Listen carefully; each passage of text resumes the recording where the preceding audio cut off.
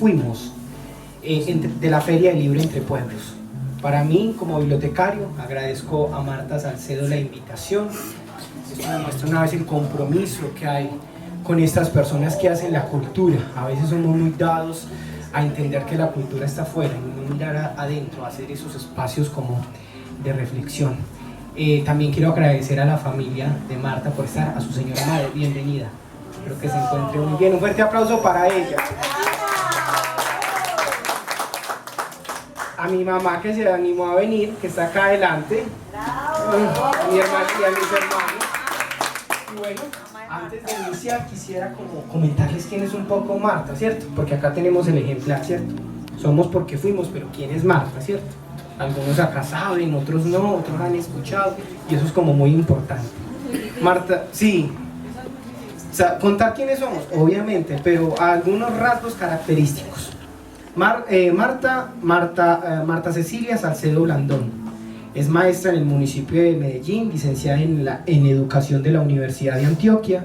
Durante varios años participó en los laboratorios pedagógicos y teatrales de la Secretaría de Educación de Medellín, asistente de los talleres de escritura con los maestros Mario Escobar Velázquez, Fernando Macías y el maestro Carlos Agudelo.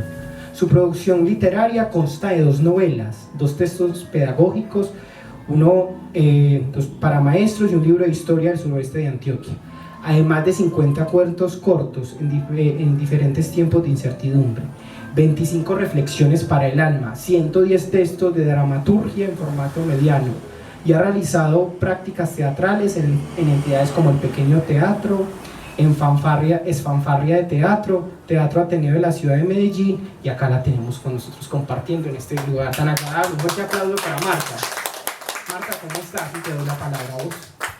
Bueno, bienvenidos a todos. Muchas gracias por acompañarme y por acompañarnos todos, porque este es un espacio no solamente de lanzamiento de un libro, sino que es el espacio para reconocernos, que todos los que somos del suroeste tenemos una historia detrás de nosotros, y esa historia son nuestros abuelos, nuestros tatarabuelos, la vida de los arrieros, la vida de los campesinos y la lucha que se dio para poder reconquistar toda esta tierra que estaba en algún momento simplemente dejada al azar para los españoles, ¿cierto? Sí. Y en todo este cuento que fue la búsqueda de encontrar nuestra identidad, aparecen unos personajes que son nuestros campesinos, y esos campesinos son los que me dieron todo el impulso para escribir esta historia.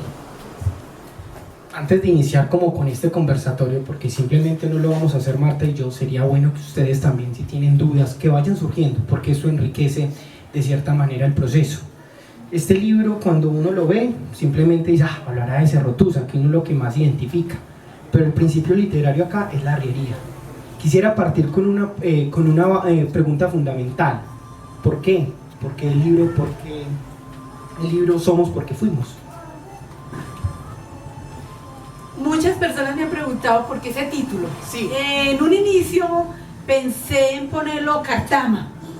Después pensé en el código de Támesis o el código de San Antonio. Pero conforme empezó ese proceso de escritura, empecé a descubrir que lo que soy yo ahora es producto porque algún día fue alguien. Mis abuelos o mis tatarabuelos fueron los que me dieron ese impulso. Mi mamá con sus historias, mis abuelitos en Palermo con sus historias, mis tíos me llevaron a reconocer de que lo que somos hoy es producto de eso, de lo anterior.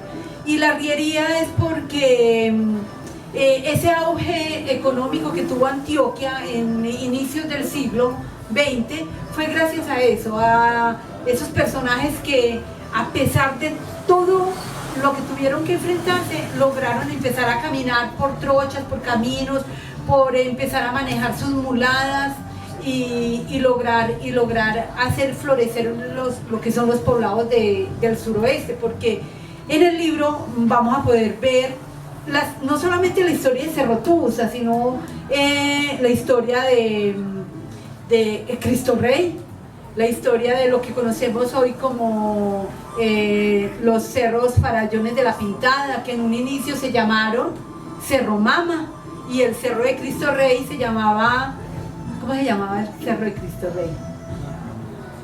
El Cerro de Cristo Rey no era ese nombre, no sé cuándo adquirió el nombre de Cristo Rey, se llamaba el Cerro de la Torre, sí.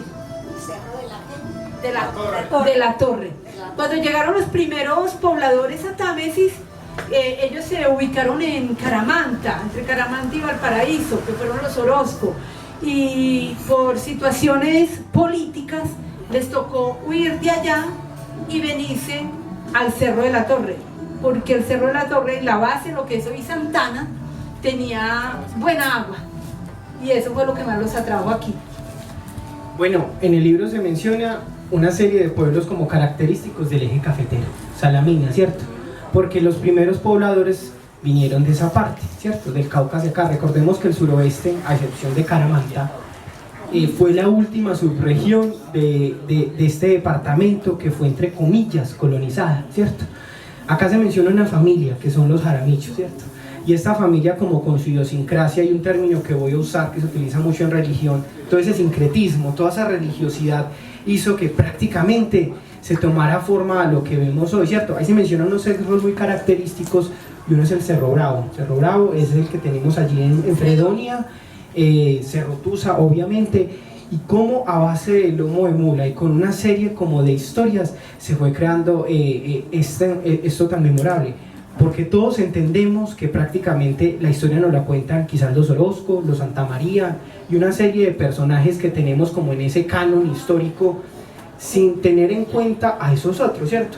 Porque nuestras familias, si escuchamos quizás a nuestros abuelos con atención, nos van a contar un poco lo que pasó allí, lo que pasó allá, y deberíamos como tener esa tradición oral, que eso es muy importante. Ahora bien, Gloria, ¿por qué esta familia? ¿Por qué los Jaramillo? Marta, ¿por qué esta familia? Bueno, los Jaramillo es un apellido que se repite mucho en los poblados de Antioquia, ¿cierto? Recuerden que cualquier novela es simplemente una búsqueda de la realidad a través de la ficción, pero también esa ficción tiene que estar rodeada debe nacer de algo real. Listo. Los Jaramillo era una familia cualquiera de Aguadas, que en algún momento y por muchas circunstancias decidieron emigrar al suroeste. Y el personaje principal se llama Joaquín. Y Joaquín es una historia muy lineal porque cuenta la historia de Joaquín desde su infancia hasta su muerte. Y la búsqueda de un tesoro, porque es que siempre hemos estado aquí rodeados de huacas, de tesoros, y que allí está, y la leyenda y el mito, y Joaquín hace eso, llega aquí en la búsqueda de un tesoro, pero él nunca se da cuenta que el tesoro realmente es donde él está plantado, es decir, una tierra con abundancia en aguas, con abundancia en minerales, con abundancia en producción agrícola, y con algo muy especial de Támesis, que eran los petroglifos, ¿cierto? Y a través de los petroglifos él también encuentra como respuesta a esa búsqueda de su tesoro. Bueno, allí tiene una pregunta. El tema tan importante de la arriería que ustedes todos aman aquí en esta región, se van a dar cuenta del sentimiento que le colocan en estas pocas palabras que voy a leer. Dice así. Permítame, yo me paso para acá. ¿En qué página está? Risas y carcajadas, a pesar del arduo trabajo, lo disfrutaban. Con sus improvisaciones se hacían el viaje entretenido, se les veía pasar cansados, sudorosos, diligentes, pero siempre con una sonrisa y alegría. Al llegar a las posadas de camino, todos sacaban de sus vainas las machetas y corrían a buscar estacas para amarrar a sus mulas y bueyes. Luego se descargaban, pues los animales también necesitaban descanso para poder continuar a la mañana siguiente. Generalmente en cada posada los esperaban las mujeres con un café cargado o una buena totumada de chicha o aguardiente. Mientras, Los niños y jóvenes llevaban a las bestias a beber agua pura, les daban una buena melaza, hierba fresca, les pasaban un paño húmedo sobre sus lomos y las dejaban descansar. Hombres y mujeres se congregaban cerca de los fogones de leña para calentarse mientras otros se pasaban por el cuerpo trapos humedecidos con aguas de hierbas. Los más afortunados tenían alguna muchacha que les limpiaba las espaldas y hasta lavaba sus pies, quitándoles el barro y se los masajeaba. Debían dormir cómodos para iniciar en la madrugada la siguiente jornada.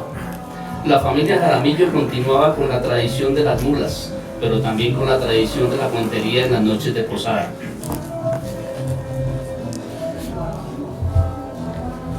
Joaquín había superado a su abuelo y padre. Era reconocido por su gran habilidad para entretener. A continuación, el prologuista. No, pues antes que cualquier cosa, es un honor poder hacer parte de un proyecto de esta naturaleza, porque no todos los días tiene uno tremendo honor literario de esa magnitud. Cuando Marta me habló de su proyecto, me pidió que le montara unas palabras introductorias, y en mi trabajo con Antioquia, me muevo por todo el territorio, pues la manera de hacerlo y de una forma un poco neutra, no tan costumbrista, fue describiendo precisamente todo ese paisaje del suroeste, del Cartama, todos estos cerros tutelares que hay allí, tratando entonces de acercarme un poco a su obra, pero manteniendo la distancia, porque obviamente Marta, en su magistralidad, que valga decirlo, pues, la manera como arma estos argumentos, como resuelve cada situación, pienso que ya entra al conjunto de autores antioqueños de todos los tiempos. Para mí, Marta, Tomás Carrasquilla y toda esta serie de autores se nos vuelve un patrimonio literario muy importante. Entonces, por eso pues el orgullo de sentirme un poco parte del proyecto literario, y que además de eso le dije, venga Marta, y hay que meterle a esto algo de geografía, por eso le pusimos ahí el mapa, y bueno, y también le hice aporte de las acuarelas, entre otras cosas, pues, algo. Un aplauso. Algo de la acuarela.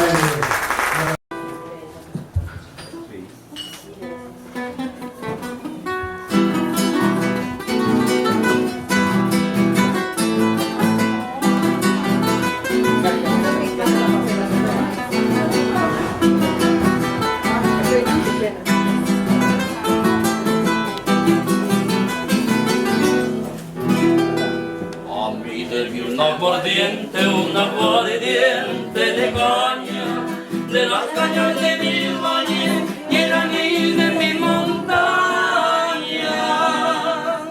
No me dé un trago extranjero, que es caro y no sabe a bueno, es porque yo quiero siempre lo de mi tierra primero. Ay, qué orgulloso me siento de haber nacido